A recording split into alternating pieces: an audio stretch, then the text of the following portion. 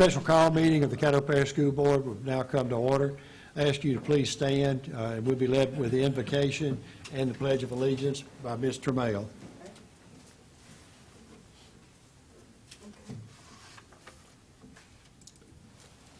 Okay.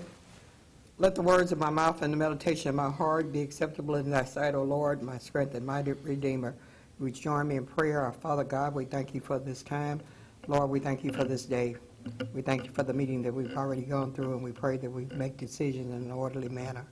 Lord, bless our president and superintendent and our staff and this entire board. Bless the children that are out of school right now, Lord. Keep your loving arm of protection around them and bring them back safely for the next school year. Take care of our staff and their families, Lord. We ask these blessings in our darling Son Jesus' name, and we say, Amen. Amen. I pledge allegiance to the flag of the United States of America and to the republic for which it stands, one nation under God, indivisible, with liberty and justice for all.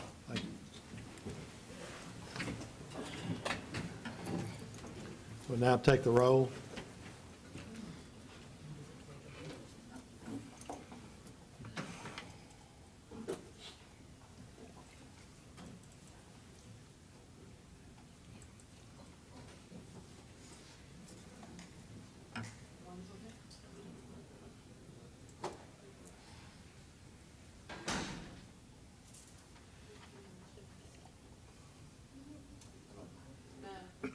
This is a special session.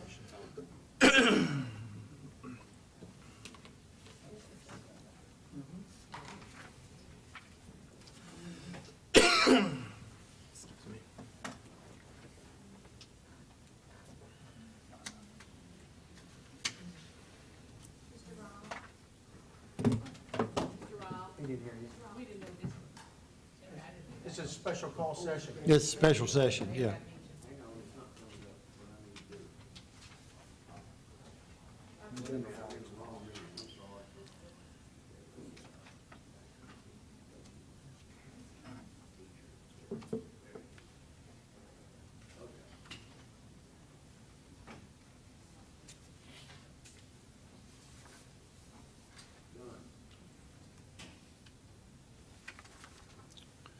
That brings us to agenda item 1.04, visitors.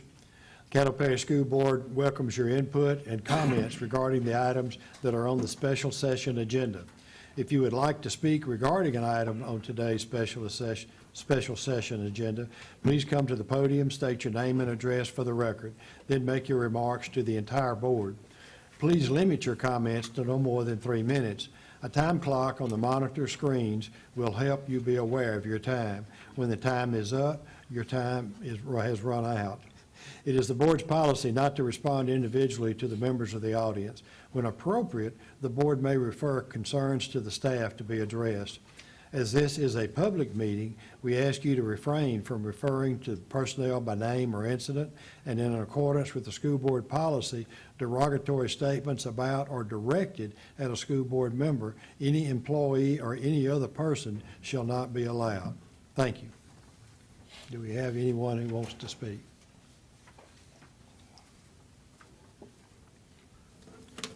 Okay. That'll move us to item 1.05, personnel recommendations. Dr. Gorey. Thank you very much, Mr. President. We do have one personnel recommendation that we would like for the board to approve in this special session. The reason why we bring it to you in special session is because of kind of the domino effect that you see when you're making promotions in the summer. But today we do recommend that Ms. Beverly Cole be our next Executive Director of Federal Programs. Thank you. Mr. Bell? Can I make a motion? All right. Motion has been made by Mr. Bell, Ms. Bell, Second. and seconded. Any discussion? No, sir. No. All right. Would you please vote?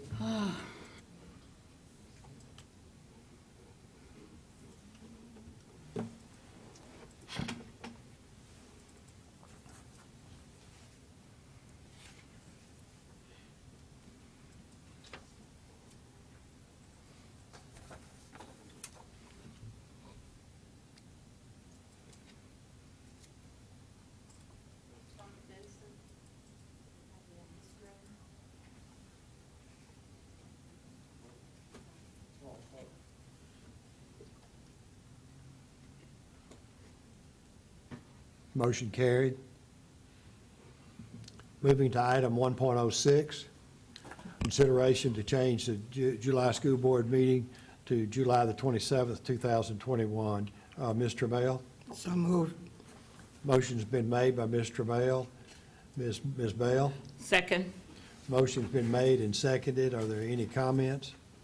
Questions? Ms. Travail? Ms. Bell, okay. Would you please cast your vote?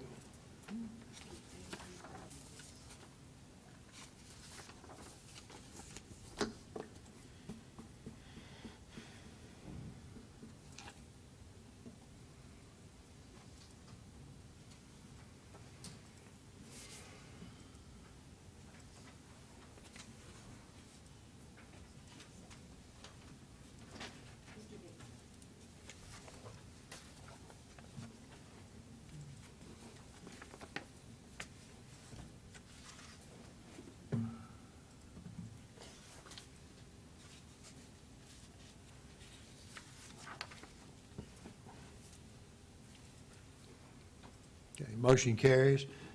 Ms. Travail? Mr. President, move to adjourn. Mr. Ryle? Second. Motion's been made and seconded to adjourn the special session. Any discussion? Would you please indicate your vote?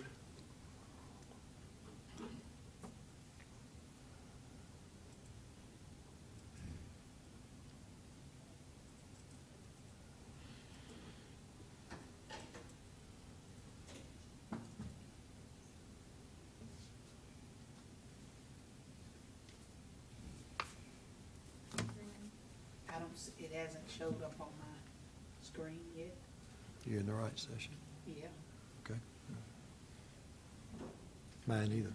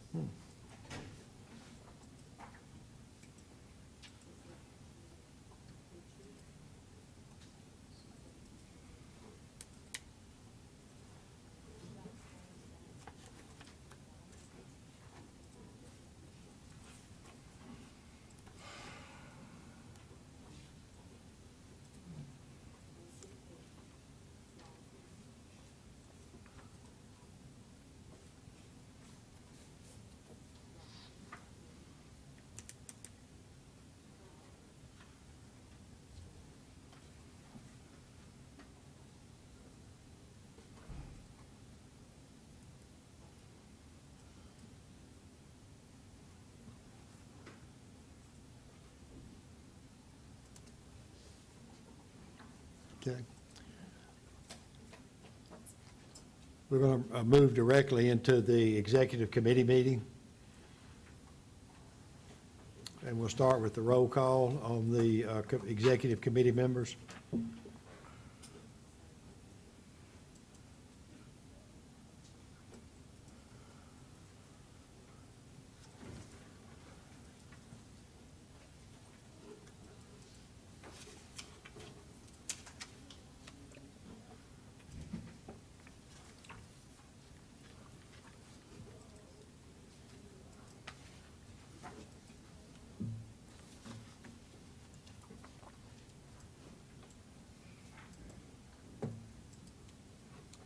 Well, I'll get it right here in a minute. Yeah, I don't like this new thing. Mr. Aubrey? I think he did it now. It's still not showing? It's not showing, no.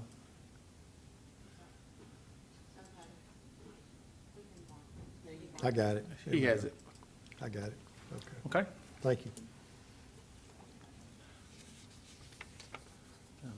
Presentation.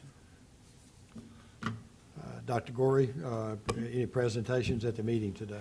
Yes, sir, Mr. President. At this time, I'd like to invite our Chief Academic Officer, Mr. Burden, as well as our Transformation Innovation Officer, Mr. Alexander. will come with a presentation around our transformation zone work and what that's going to look like as we move forward.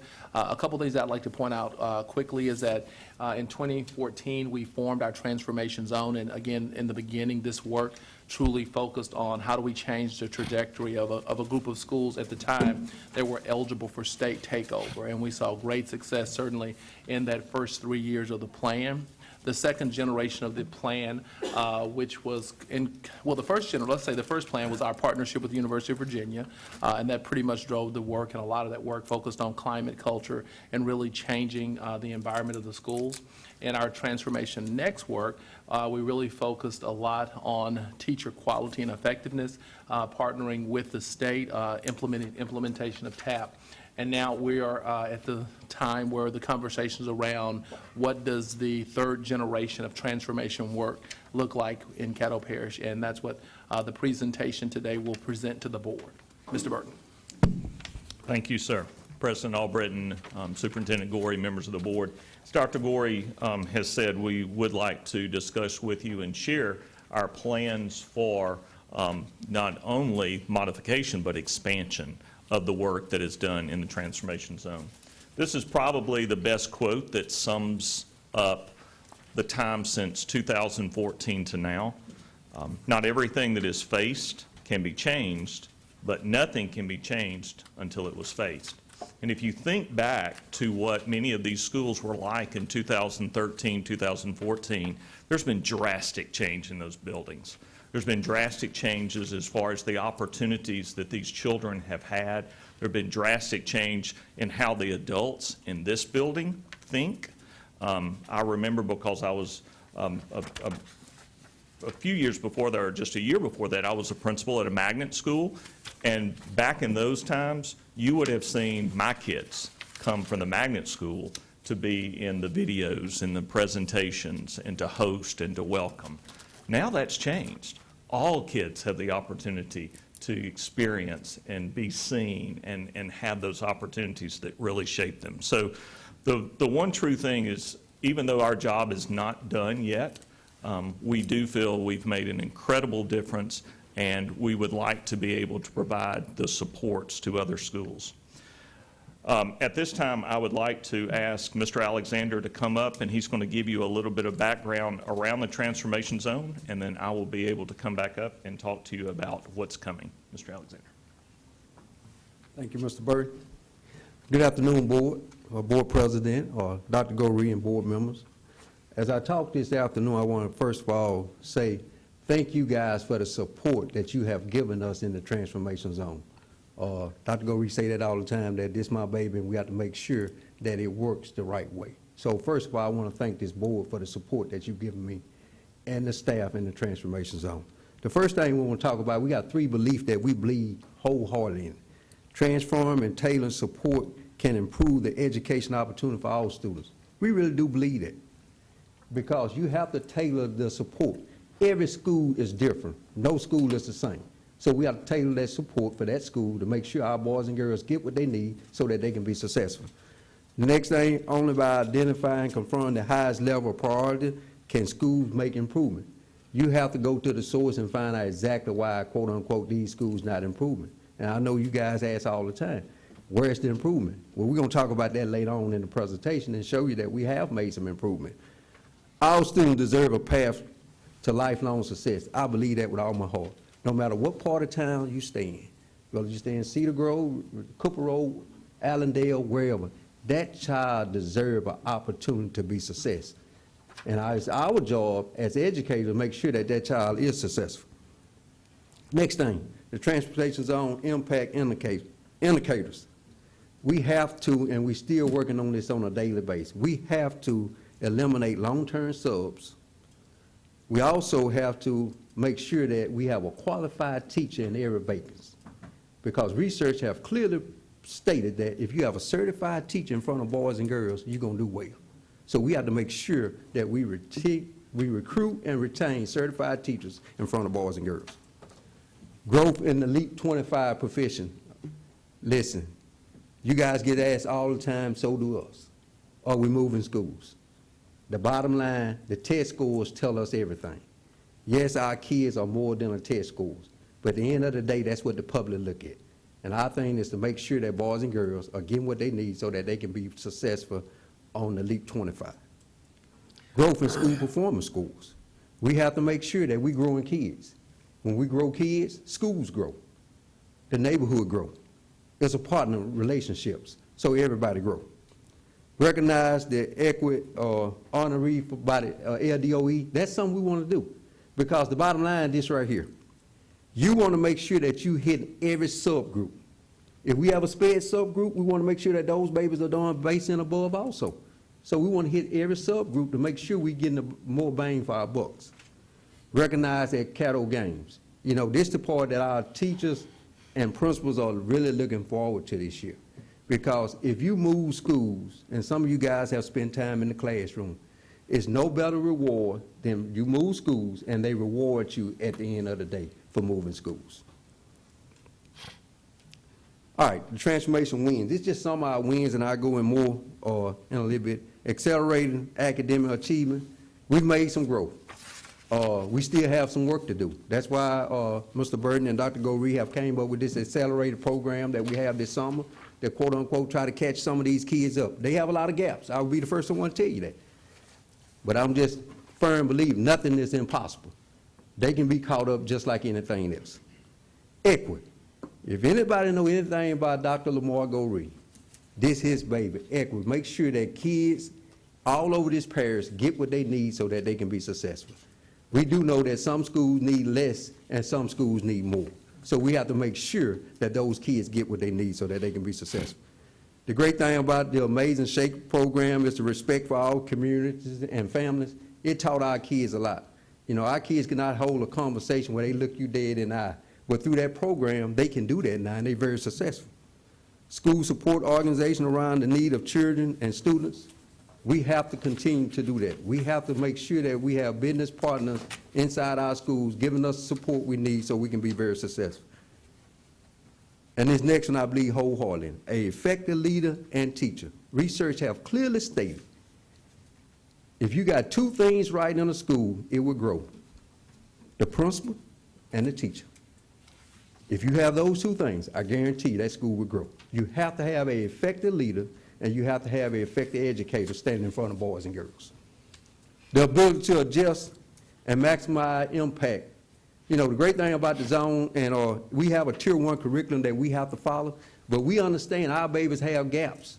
So even with the tier 1 curriculum, we have to slow down sometime and go in more in depth. We just can't teach on the surface, make sure our kids get what they need.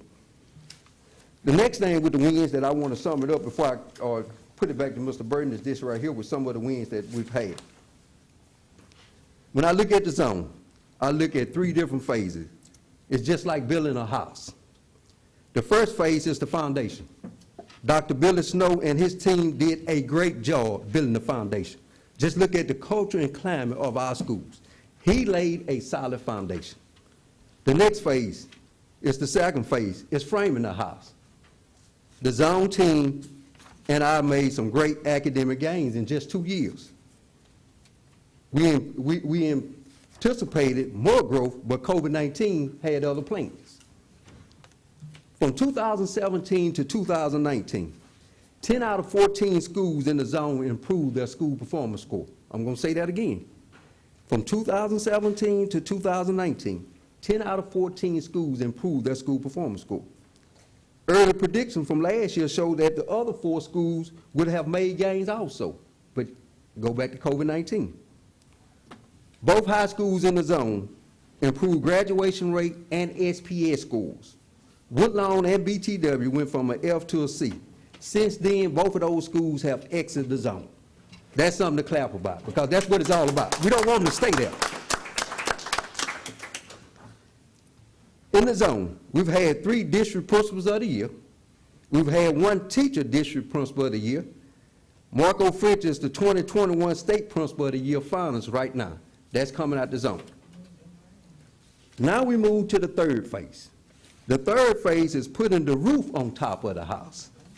Dr. Rainey and myself will complete this phase.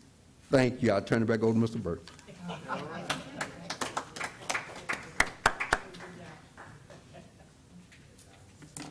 well, we're not just going to build a house, we're going to expand the neighborhood. How about that? Some of the things that Mr. Alexander said are certainly true, but some of the things he didn't mention that I was going to hold in case he didn't. Discipline rates in every single zone school has dropped tremendously. If you looked at arrest rates in 2012 and 2013, there were 400 arrests in zone schools. 400 children in zone schools were arrested. There were 11 2 years after the zone started. So 400 students arrested to 11. Attendance rate at every single school, not just high, not just middle, but every single school has increased. Now, as he said, we have a lot of work to do. He mentioned the remaining schools were forecasted based upon all of our diagnostics, as they should have all increased. We should have seen increases across the board, and we remind Dr. Gorey of all of that data that we had showing that pre-COVID, Caddo was really going to explode as far as growth. But one thing that constantly comes up when you're looking at that data is there are many schools in your district that when you look at their data, when you walk the halls and you look at the challenges those principals and those faculty members are facing, they're the same as the zone.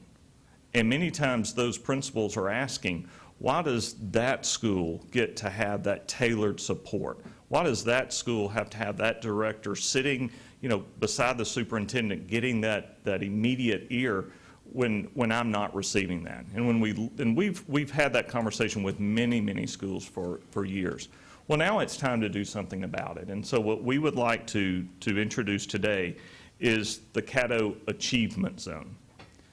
Now, again, please know the transformation zone is not going away. It is simply expanding.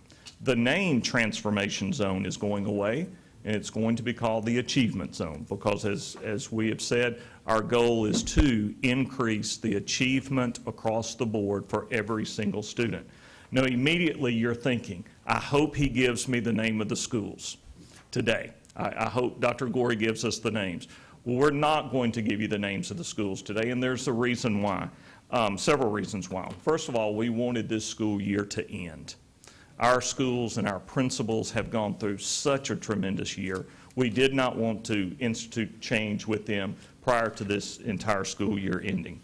Also, assignments for the zone, for the achievement zone, will be made only on school data. So don't worry and don't think that we're just going to pick and choose. Those schools that have the poverty rates, those schools that have the academic challenges, those are the schools that we will target. And the third reason why we're not going to give you the names of the schools is Dr. Rainey was just approved last month. And so we wanted to be able to get him on board and get him acclimated. And both he and Mr. Alexander were in teacher leader all last week. So the next steps for the achievement zone is we will, as you see here on the slide, we will expand the number of schools to receive support, and we're going to redefine that school support.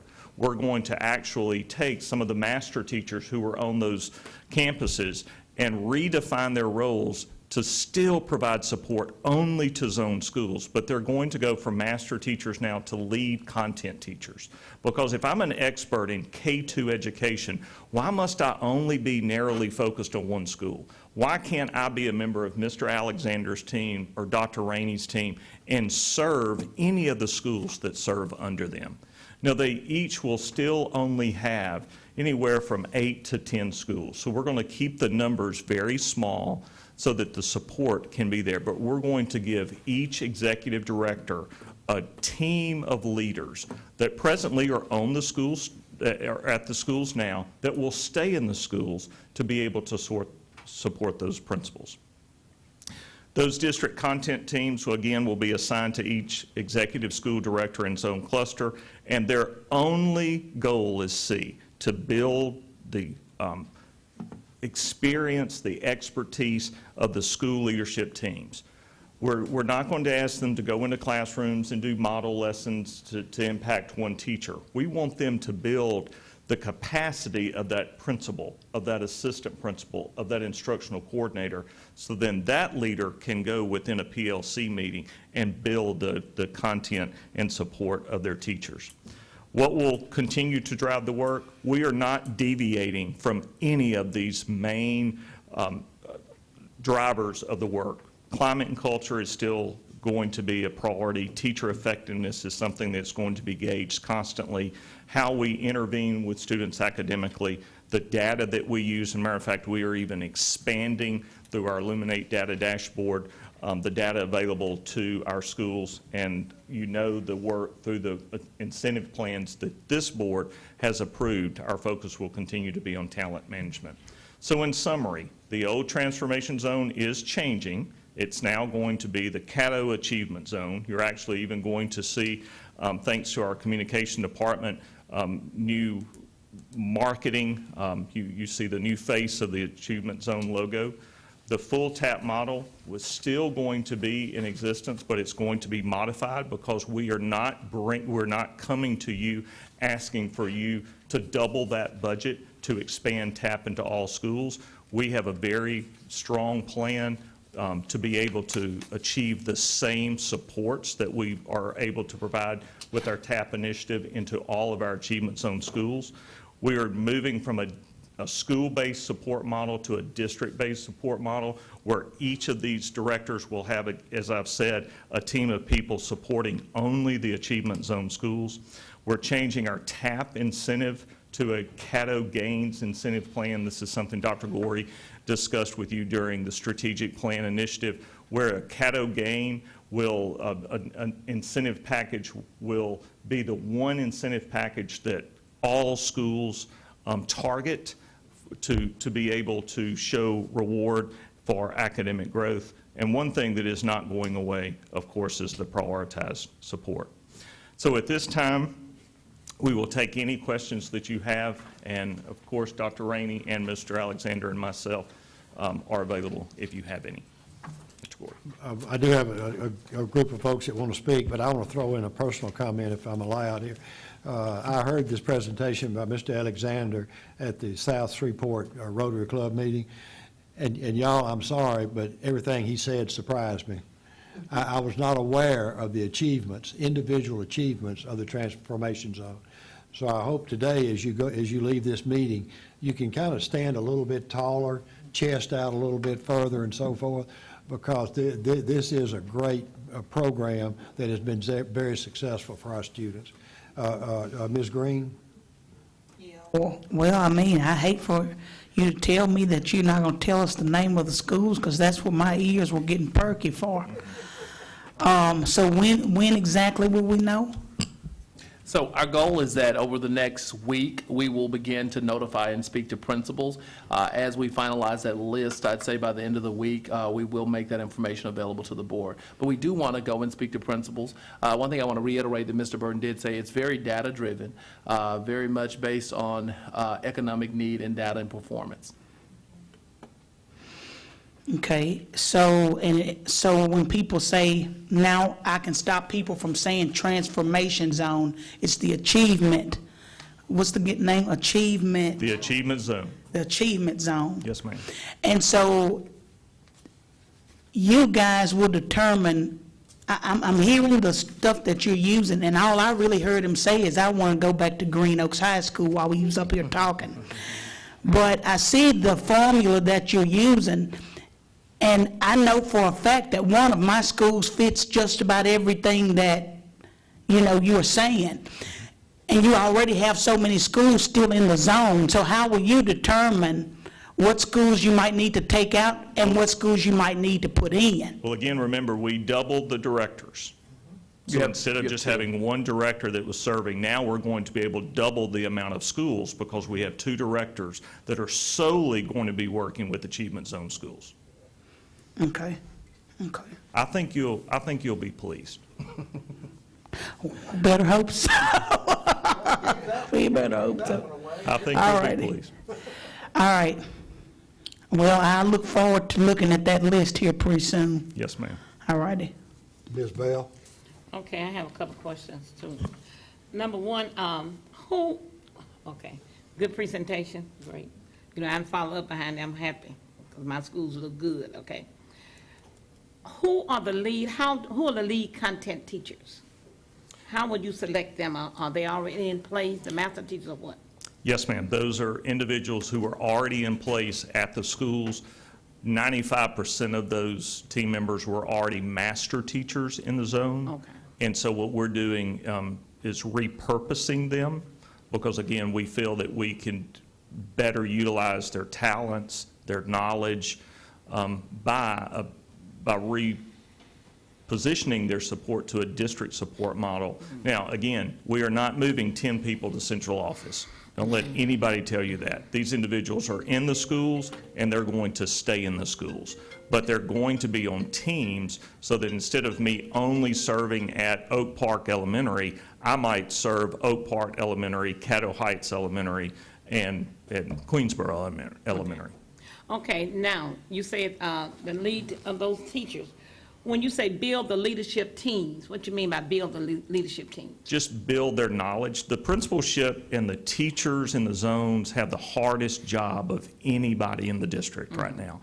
So because of that, what we're wanting to do is take something off their plate where they're coached, especially around when the state has a new literacy initiative that is not really new. I mean, we've known the science of reading for many, many years, but because there is a rebirth of that learning, we want to make sure that we have a strong lead content team that will go in and coach those principals, those instructional coordinators, so then those leaders can go into PLC meetings and faculty meetings and lead that work. Okay, so what you're saying, this team will go in, like for instance, something new come through the state, they will go in and be able to teach and work with that principal and the teachers. Yes. To keep them from, really keeping them from coming to workshops all day, you will have that team on thing. Okay, how many will be in a school? And the reason I'm concerned about that, if you're gonna do elementary and middle, what would happen to both of my schools who are middle and elementary? Will be there separate person for elementary, or there gonna be one person for elementary? Since I have Walnut Hills and Turner, middle and elementary, how will you Well- do that? Walnut Hill is not going to be in the achievement zone. Oh, okay. Okay, so, thank you. I don't Yes. think Turner's going to make that I cut don't either. think Turner will make that. Oh, well, I don't need to ask more questions. No, ma'am. No, it's going to make the cut. Okay, but anyway, okay, what I'm saying, okay, I still need to know, because all schools are ours. Okay, so that means, but would you separate, or will that one lead person be for all that, when it comes to middle and elementary, are you gonna separate, or be two or what? That's what I'm asking about. For instance, Mr. Alexander has 2 middle schools presently, is CMCT and Fair Park. What he will be able to do is he will have a content leader, at least one content leader on his team that has a specialty area in the middle school. So they will be able to serve both of those middle schools as Mr. Alexander directs. Oh, okay, because they be from school to school. Yes, ma'am.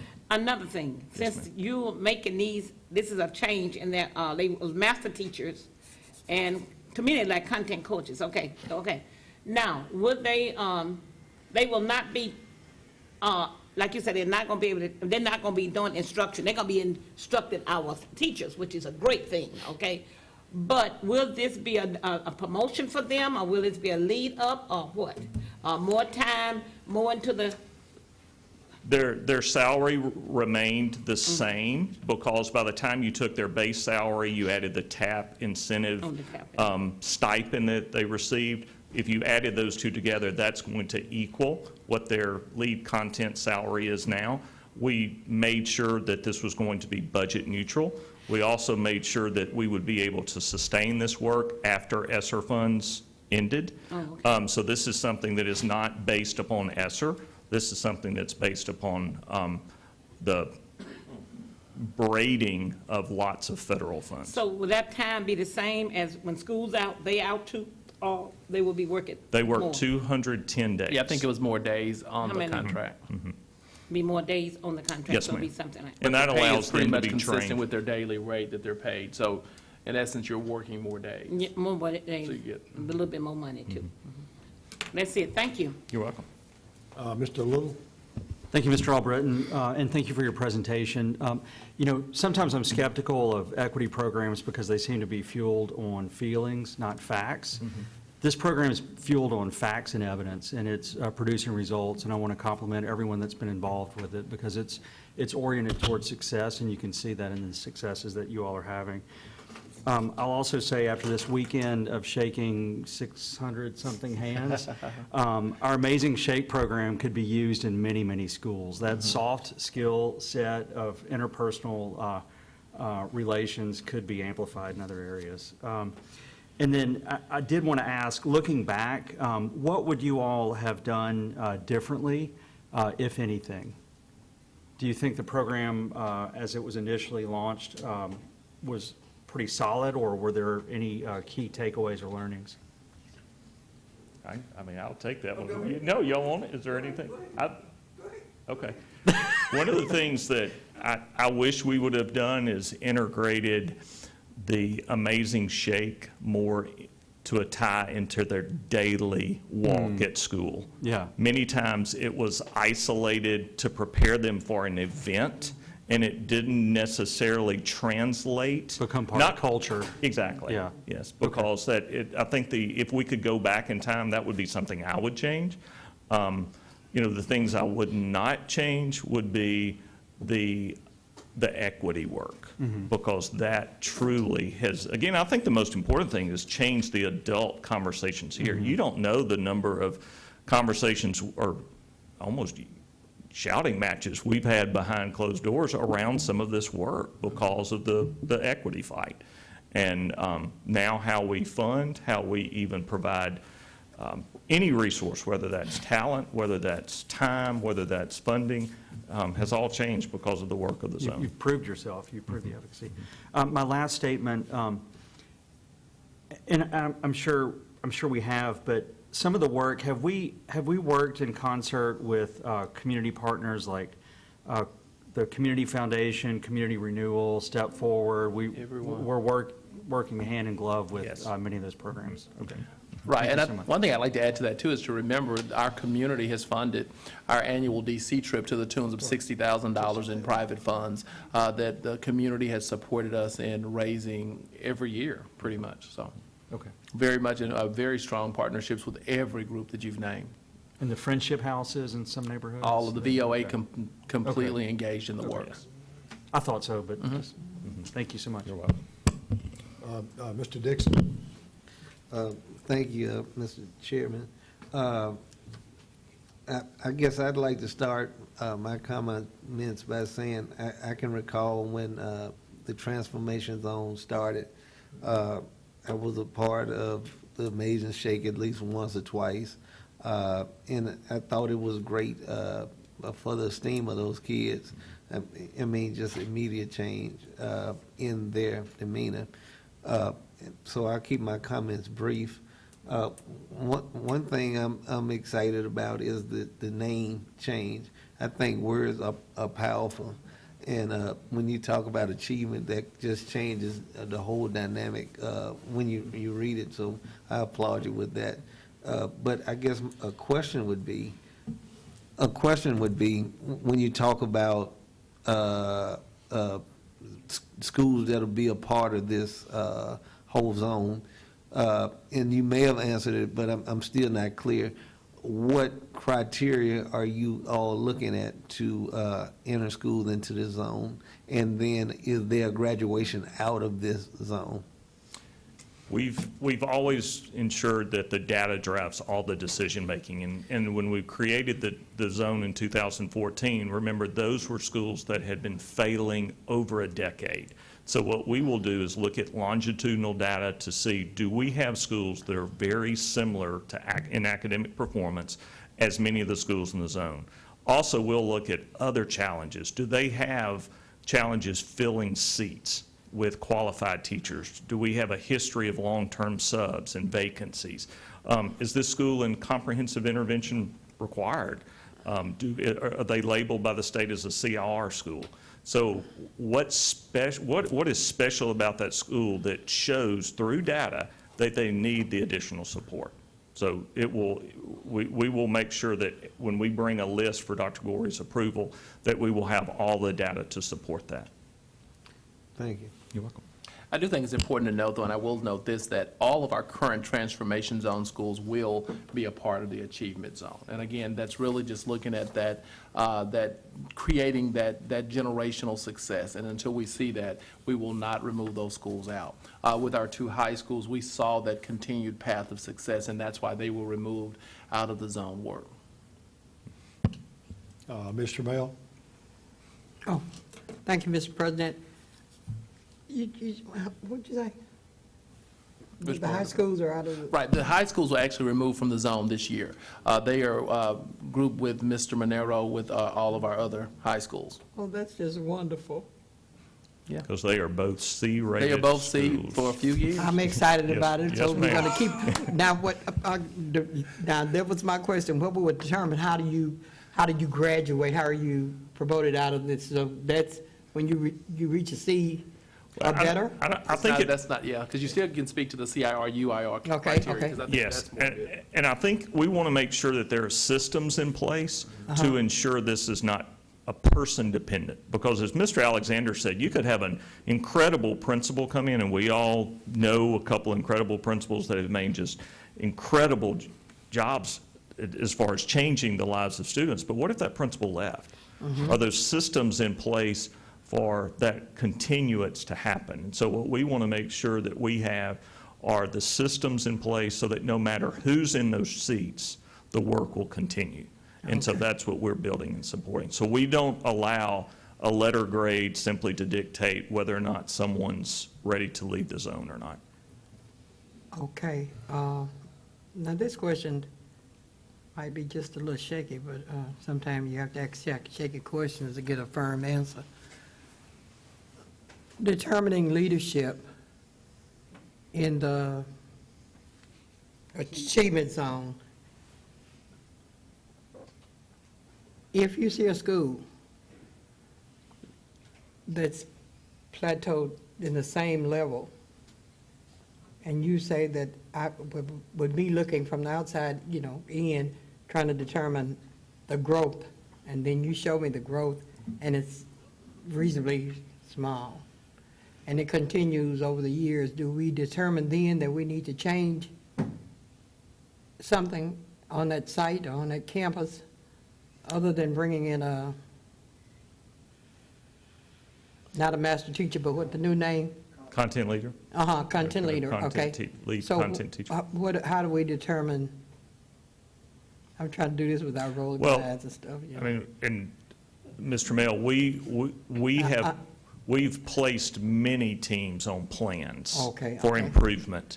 And they have had to come in with data, have very hard conversations in Dr. Gorey's conference room. We call those super SAC conversations, where we had the entire cabinet sitting around and asking questions and building support. And some of those principals are no longer in those seats because of that.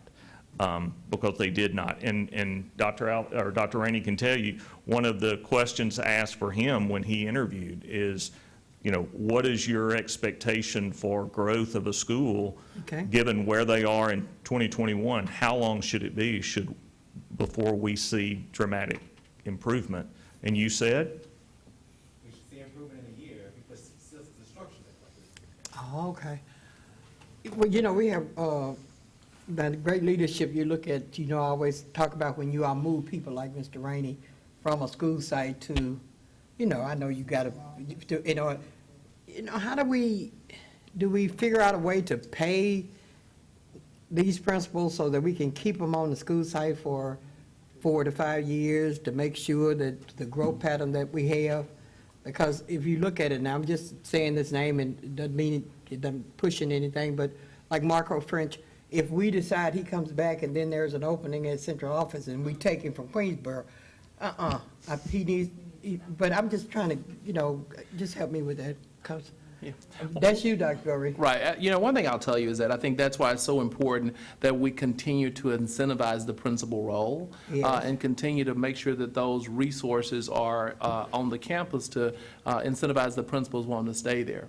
Now, I do think it's important to note, though, and I tell people this all the time, and it's unfortunate, but when we think about the years of the Albert Hardistons and the Cynthia McCulloughs, those people are going to be hard to find because the work is measured and judged at such a different level today. But again, I do think that even if you look at some of the equity work with principal incentives that we've done for the principals in the transformation zone, those are the type things that make staying on the campus attractive. So, and I do think that's a conversation that we, not only as this board, but we as educators have to have around how do we not always take people out of spots when they're being really effective. Okay. Well, and one of the things this board did is adjust the calendar for principals that increased their pay Okay. several years ago, that made that more enticing to stay Okay, well, at sir, the school. we certainly appreciate the presentation. Thank you, sirs, for your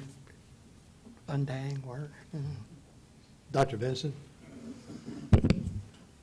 Yes, sir, Mr. Burton, I'm sorry.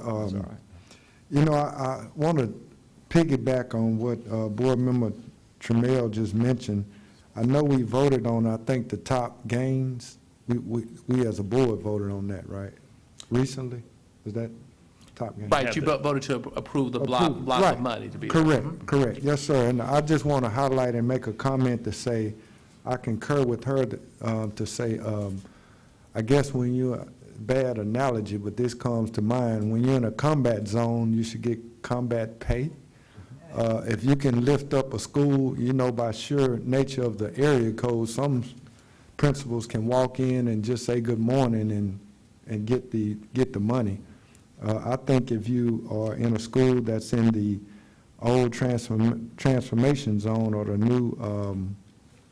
new zone, then you should get paid like it. I'm sure you all are working on that. Yeah, and one thing I'll add to Dr. Vincent is that the pay structure will be set up so that these schools will be eligible for larger payouts. The principals and for the teachers as well within these schools, they'll be eligible for larger payouts.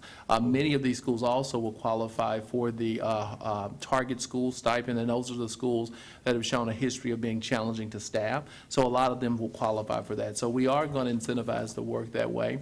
Also want to compliment the board because, again, we have done this for the last 4 years where we've rewarded those principals for the work in those areas.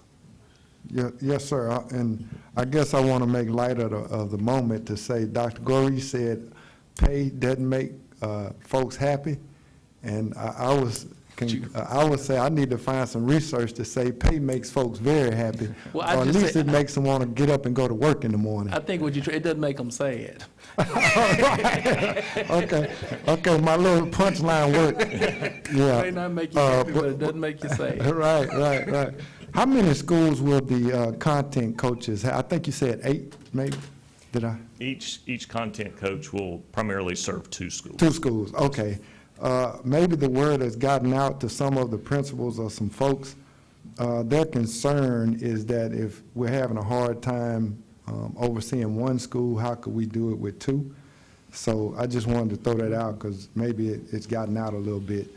And also, one thing is said is that once schools get out of the zone, then the money dries up. Can you, okay. No, sir, it won't, because those schools will still qualify for the Caddo gains incentive. They possibly even may be able to be listed as a target school. They also will qualify still for Title I funding if that's available. So there's not going to be a situation where we remove that funding for them. Ms. Byrne, I think another good example too is that at Woodlawn and BTW, we still have master teachers on those campuses. So even as you look at how we are exiting schools from the zone, we understand that you cannot just rip all the Band-Aids off that have created the success. So those are still in place on those campuses. Yes, sir. Thank you for that comment too, Superintendent, because ultimately these are just conversations I heard moving around campuses that sometimes those master teachers, and obviously that's not true.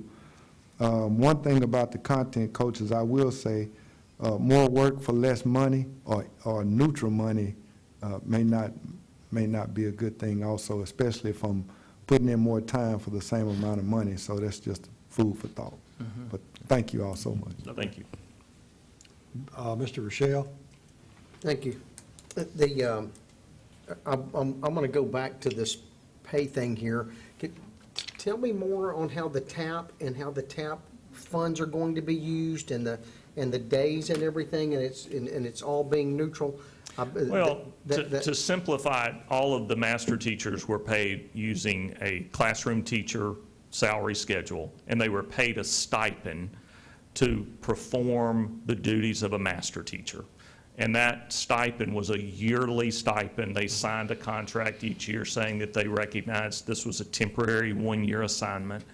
And that was not really a part of their salary, that additional stipend. So we knew, to Dr. Vinson's point, that these individuals would be moving into a different role and the work would still stay the same.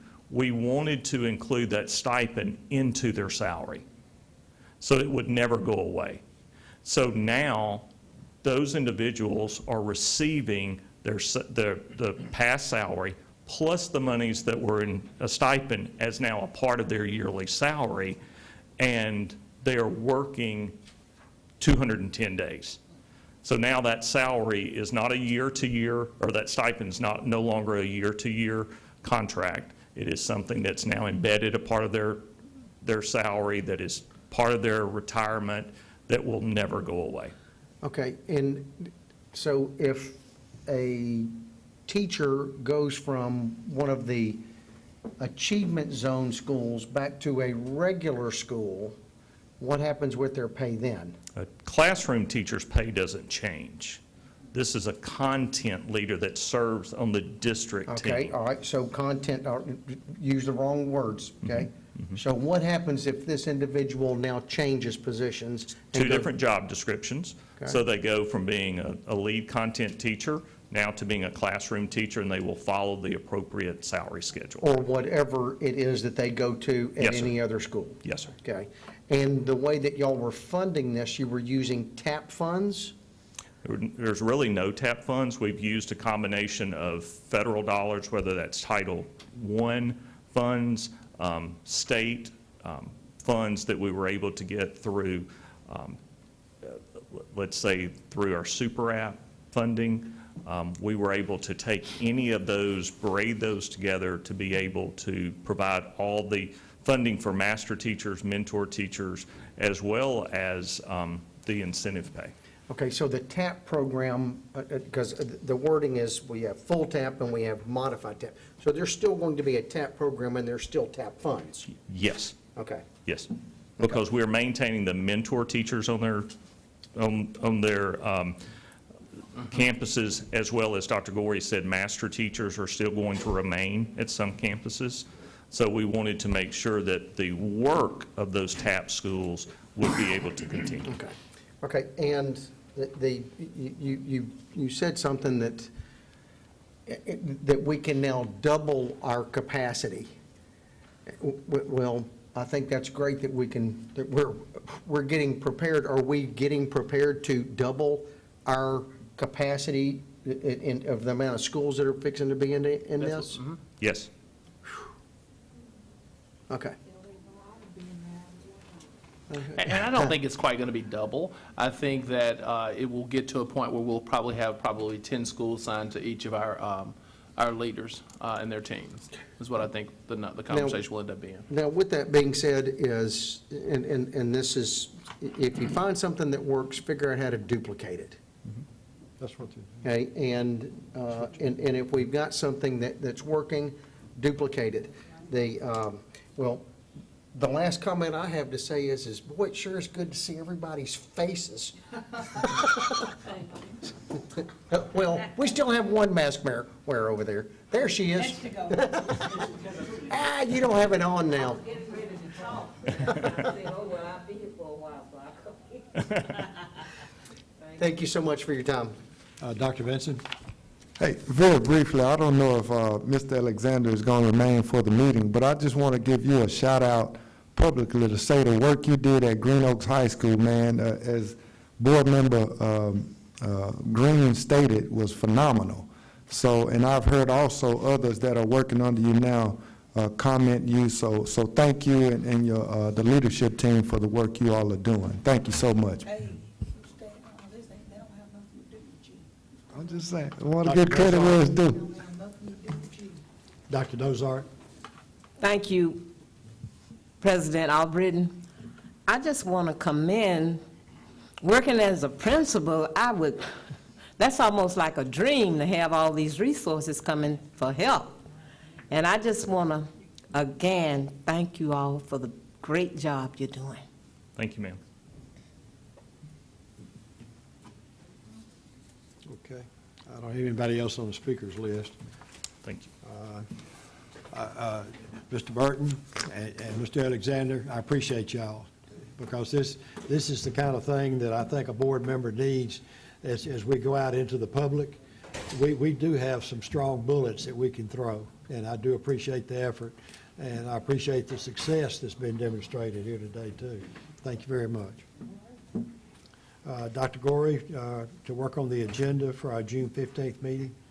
Thank you very much, Mr. President. I will now read through the proposed agenda.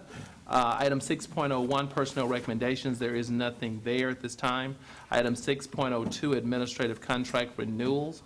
Item 8.01, property bus rental request, there's nothing there at this time. Item 8.02, consideration of the 2021-2022 fiscal year official journal. Item 8.03, consideration of proposed 2021-22 consolidated annual budget.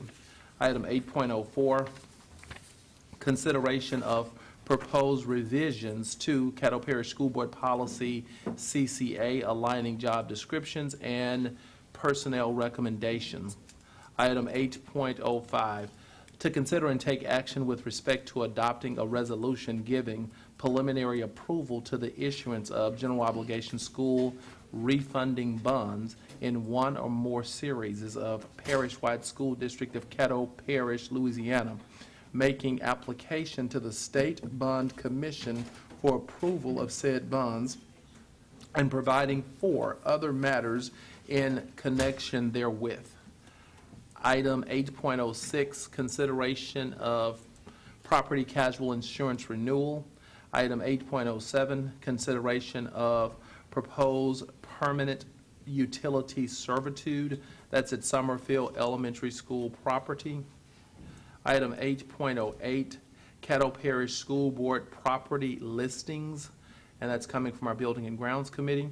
Item 8.09, Battle on the Border High School Football Showcase.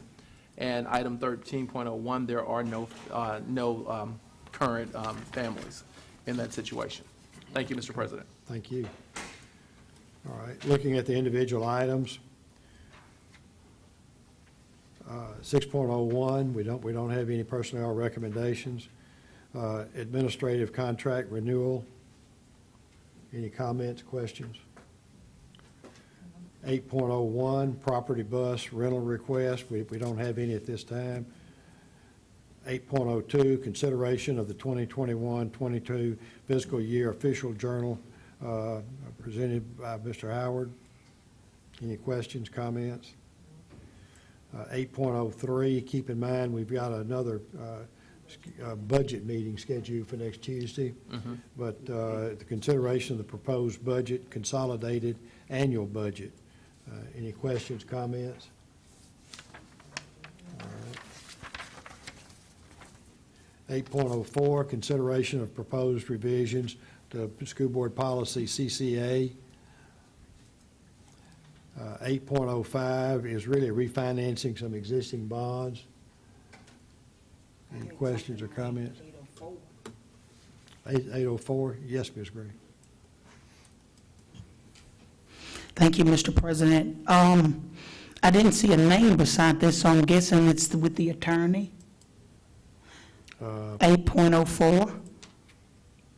Revision of CPSB, CCA, aligned job descriptions. Right, no, the attachment's all there, and then what you have in your attachment is, you have revisions to the central office job, because this is dealing with our organizational chart. Right. You have the organizational chart, you also have the proposed job description changes, and that's introducing the Executive Director of Strategic Initiatives.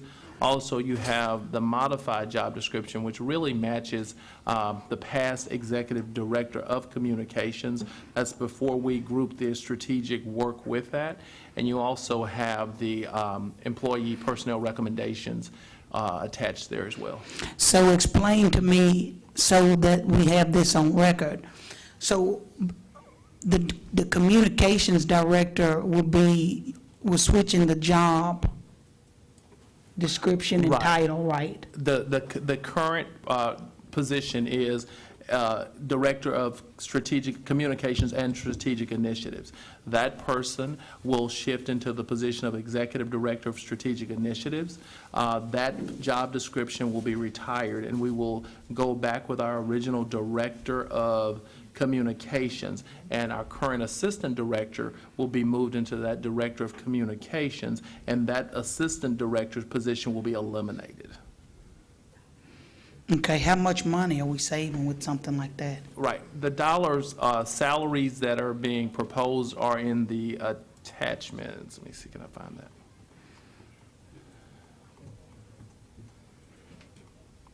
And again, to answer your question, I don't have the savings. I see it. I would have to calculate that with the elimination of the position. Yeah, because that kind of stuff's good to know when people, they say, y'all spend so much money on what you want to spend it on and having positions. Well, I need to be able to explain to them why we need this and which way we're going to go with this. I mean, you guys may not think people ask us and call us about these things, but they do. Oh, I do. I think Yeah. that. And that's why we did provide those job descriptions, very detailed, to show what the roles will actually do and how they'll function. And so we won't be hiring anybody else in that department? No. Okay. Thank you. Okay. Mr. Rochelle, is this on 8.04? I'm going to leave this one on. I'll send a question to Dr. Gorey. I was actually up for the next item. 8.05? Yes, sir. You want to address it now?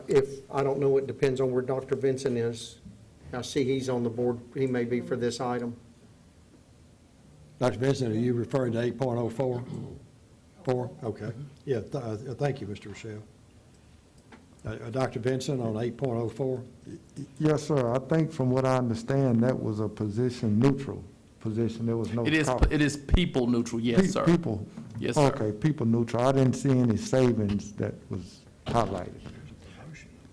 Right, but by people neutral, you mean that we're not adding a person, we're just redefining titles? Yes, I agree with that, but the Yeah. salaries are different. But there's a whole salary that there should be a difference in the elimination. I just need to really put the paper to pencil. Yeah, I understand. Yes, sir. Okay, thank you. Okay. But we will get that information. I guess we moved to 8.05. Mr. Rochelle, is that the Yes. one you wanted to discuss? Okay, go ahead. I would just like to have either Dr. Gorey or staff give us a little explanation of this refi. Is the bond refinance? Right. This time I'd invite Mr. Howard with any information, and certainly our financial advisors here as well. Mr. Howard? This is a refinancing or refunding of our 2012 series general obligation bonds. And that's all it is, asking for approval to go forward with that and submit to the State Bond Council. Okay, so why are we doing it now? I'm trying not to play 1,000 questions here. We're doing this for a particular reason. Because the interest rate, our interest rates are at a point where we deem it will be cost-effective for us to do this, and we'll recover our costs and more. And our municipal advisor, Mr. McGee, is here, Lucius McGee, if you have any more detailed questions. Go ahead, Mr. McGee. Good afternoon. This is an economic refunding to save the taxpayer money. Interest rates are down right now. We're waiting right now. The timeline is to do a tax-exempt refunding towards the end of the year. If we tried to do one right now, it would be a taxable refunding, and I don't believe we would save the money that we need to. So this begins the process to do that. There's no extension risk.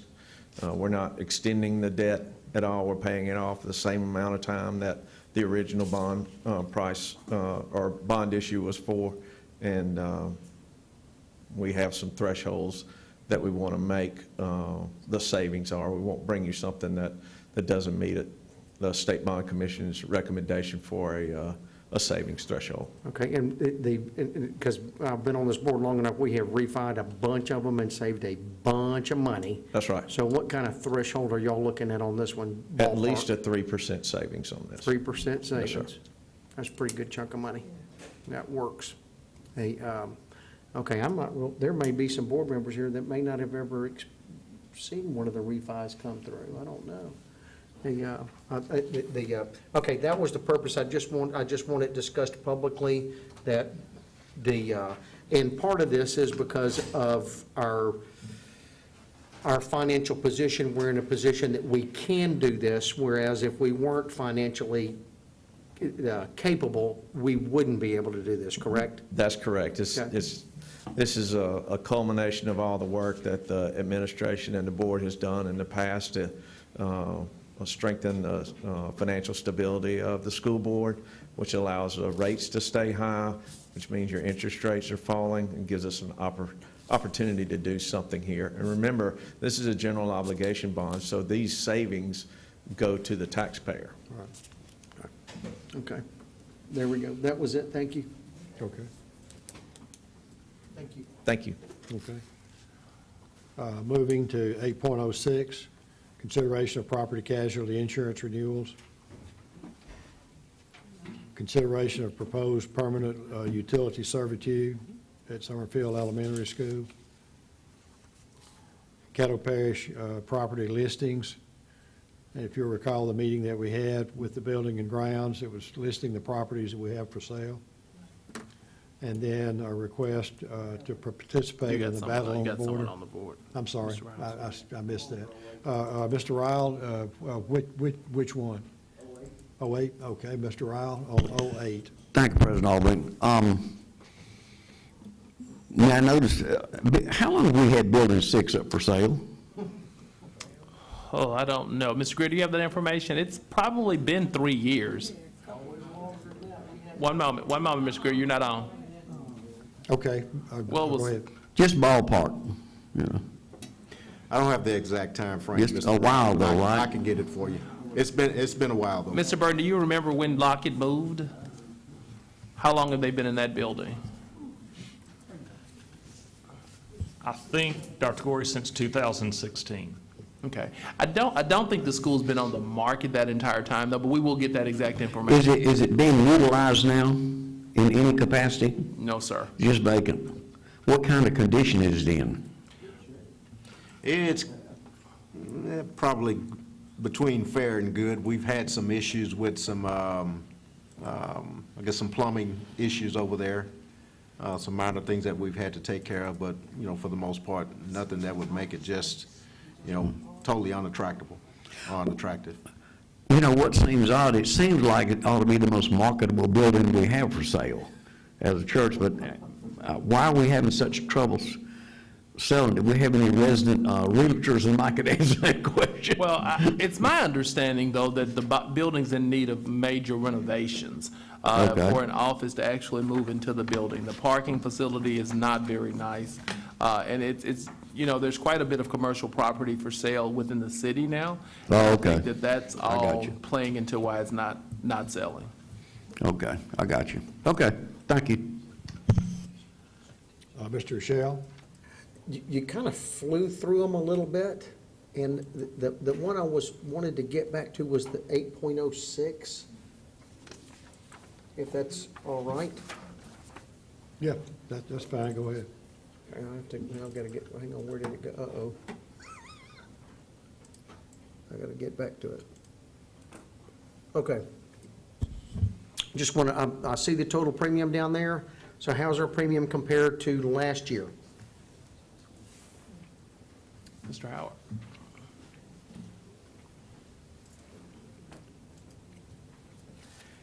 Mr. Rochelle, that is a $104,000 increase over last year's premium. And where is that extra cost coming mostly? That's That's about mostly coming in the property, which is up $65,000.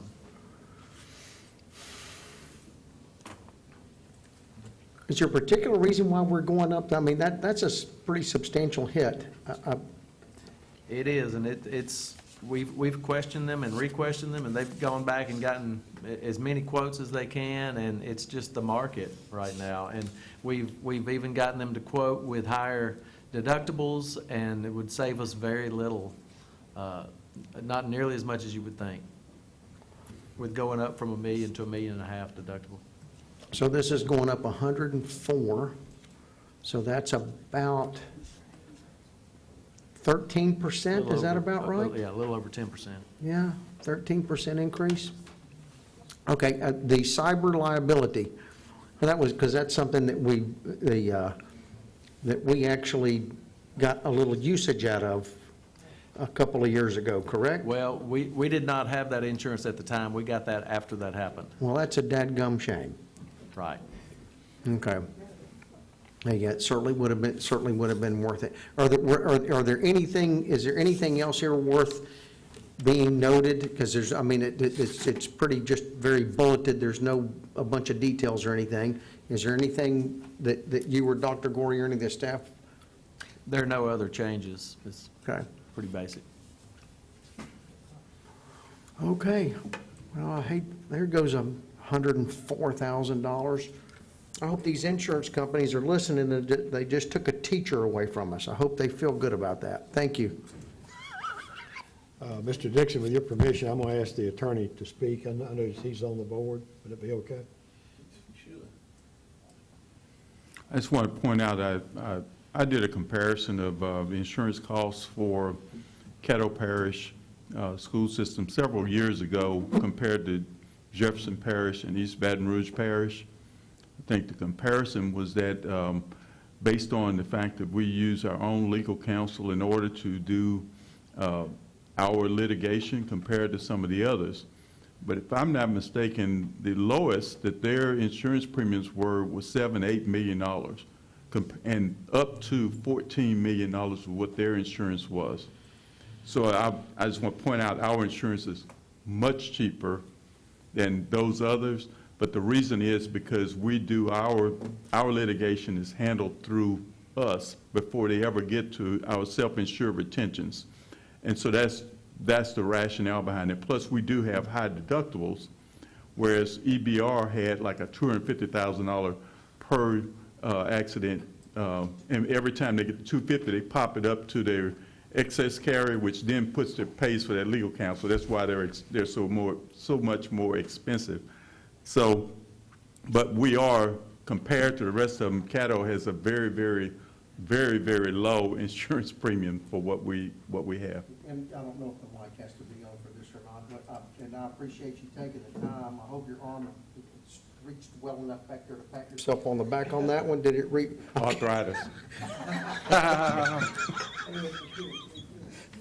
I'm sorry, I couldn't pass that up. Is that it, Mr. Sheriff? That was it. Mr. Dixon. You can take me off the board. I'm satisfied. Mr. Ryle?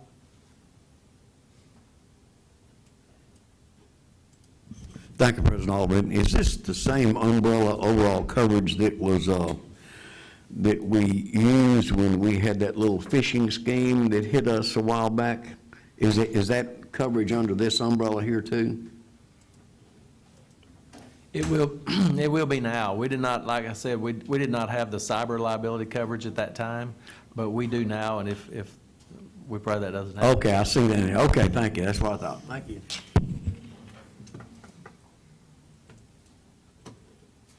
I have no one else on the speaker list. Let's go over the individual items.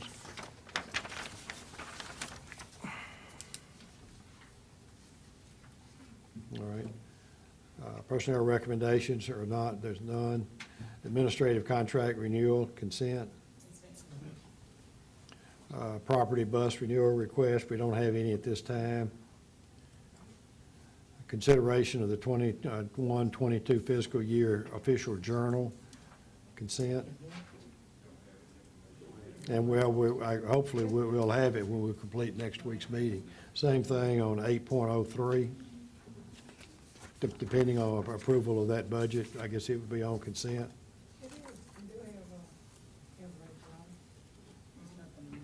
Yeah, it's not there. On 8.03, yeah, that's open until the 10th of June. Until we finish our meeting, yeah, right, okay. 8.04, consideration of revisions to the Caddo Parish School Policy, School Board Policy, CCA, consent. 8.05, consideration of resolution giving preliminary approval to the issuance of refunding bonds, consent. Consideration of the property casualty insurance renewal, consent. Consideration of proposed permanent utility servitude, Summerfield School, consent. Caddo Parish School Board property listings as proposed by the Building and Grounds Committee, consent. Battle on the Border High School football showcase, consent. And we don't have any, nothing there. Anything else, right? Okay. Next, we'll go to the visitor section. The Caddo Parish School Board welcomes your input and comments as we poll the audience regarding items that are the subject of the upcoming board meeting.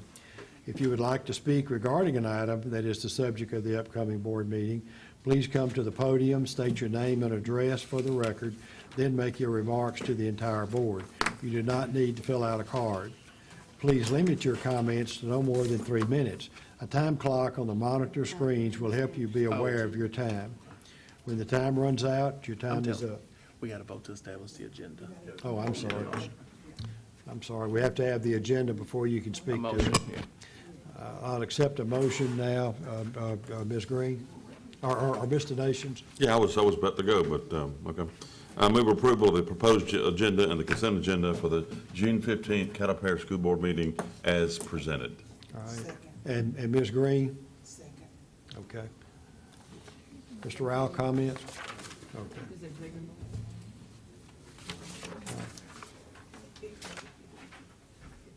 Please vote on the items to be concluded in the consent agreement.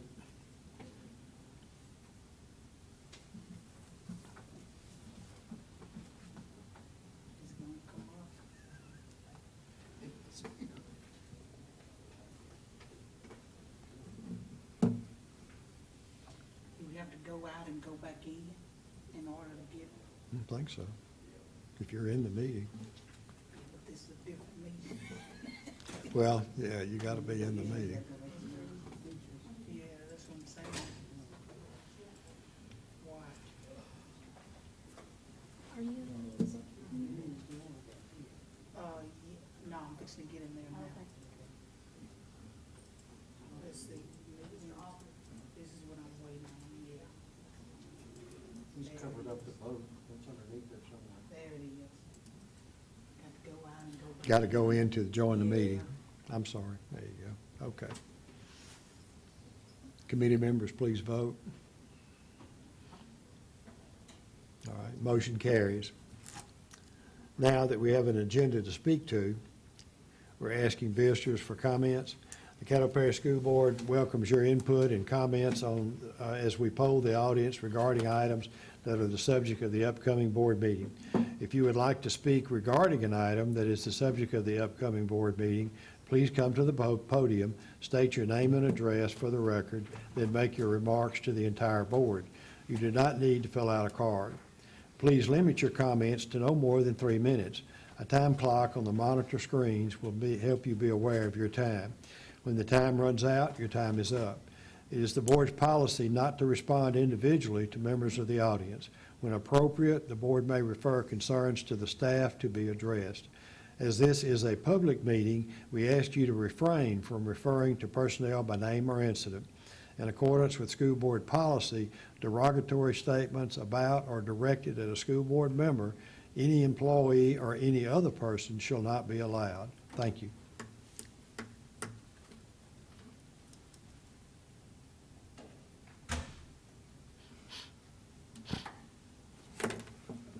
Good evening. John Glover, 9100 Walker Road, Apartment 121. I stand today asking for the minutes from the May 18th and May 25th consolidated meetings for the budget. They have not been made available. I did send each of you all an email, I believe, on Sunday, letting you know that we, the public, did not have access to the budget. No, ma'am, it was not there. And I went on the system on several days prior to that before I made that contact. As of last night, that budget has been loaded, but it was not previously. And with you all about approaching the deadline, June 30th, and then the public is having an opportunity to speak to the budget on June the 15th.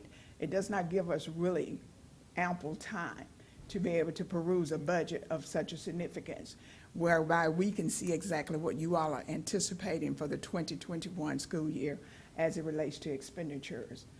Two, I'd like to ask, which has been deleted for quite some time, the comments of visitors. It was said that once upon a time they were eliminated because of cost. Well, it's not that many people coming up here to speak. So I don't understand that logic at all. But I think it should be a part of the minutes, as is your comments that are a part of the minutes. Again, I thank you for your attention. I ask that those minutes of those meetings be made available. If it's via board docs, please let me know, or do I need to do a records request in order to get it? Thank you.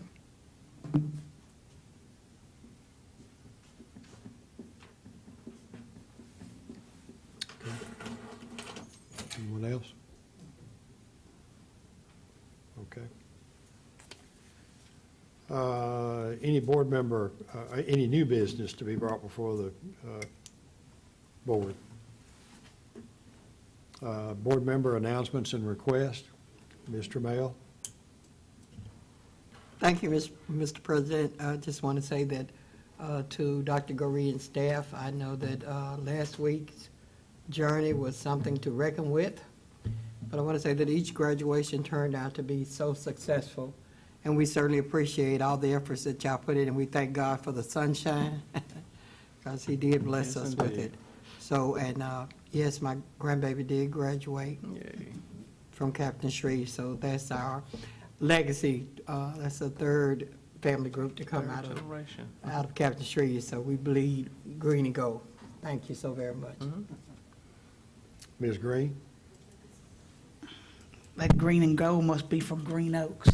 Hey, but I just want to reiterate, graduation was phenomenal, just like it was last year.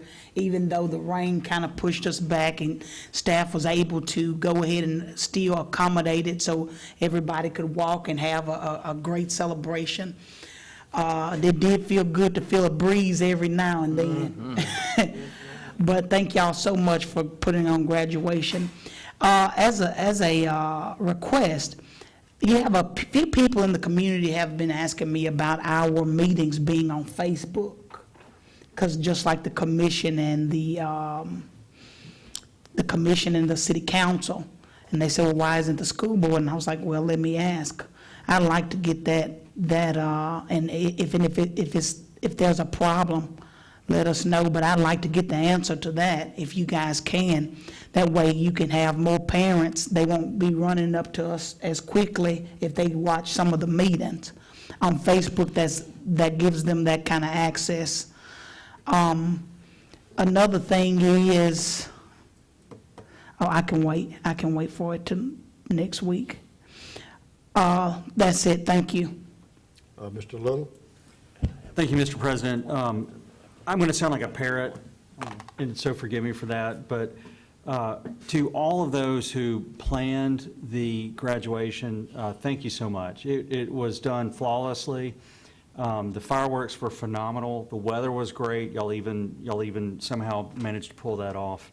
And it may be our last year in the stadium, but But thank you for doing everything. I know it was a very difficult task, and it seemed to work out, so. Dr. Gorey?